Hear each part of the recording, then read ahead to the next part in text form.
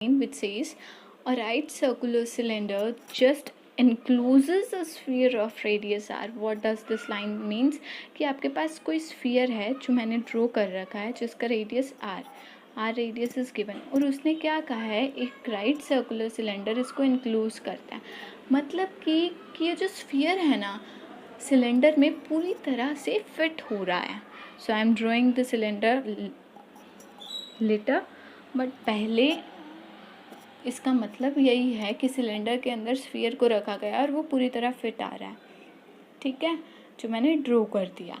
And what we need to find, first part surface area of the sphere. देखो sphere का radius R given है, so directly surface area of sphere क्या होता है, we know the formula 4πr², और यहाँ पे radius given he are है तो हम इतना ही लीव कर देंगे, यहीं तक फर्स्ट पार्ट कंप्लीट हो जाएगा सिंस रेडियस ऑफ स्फीयर के दे रखा है आर। सेकेंड पार्ट कह रहा है curved surface area of the cylinder हमें फाइंड करना, that is CSA of cylinder.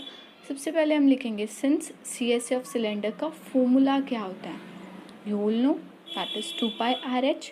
अब what we need to find है आर और एच क्या होगा सिलेंडर का। अब देखो जब स्फीयर सिलेंडर के अंदर पूरी तरह फिट आ रहा है तो सिलेंडर और स्फीयर का रेडियस सेम होगा, तो radius of cylinder will also be the R same as the radius of sphere.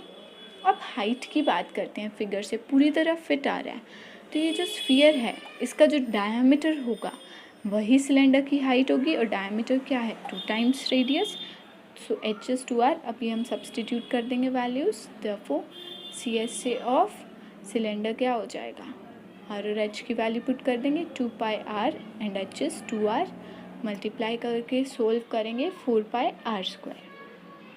Third part में हमें निकालना है ratio of surface areas obtain in first और सेकंड पार्ट का रेशियो सरफेस एरिया का। So I am writing surface area of first part ratio surface area of second part क्या है, दोनों ही हमने निकाले हैं, फर्स्ट का भी 4πr², रेशियो सेकंड का भी 4πr², कैंसिल हो जाएगा, so ratio will be 1:1, that's it. यहाँ पे सिलेंडर की हाइट थी डायमीटर के equal. Thanks for watching the video.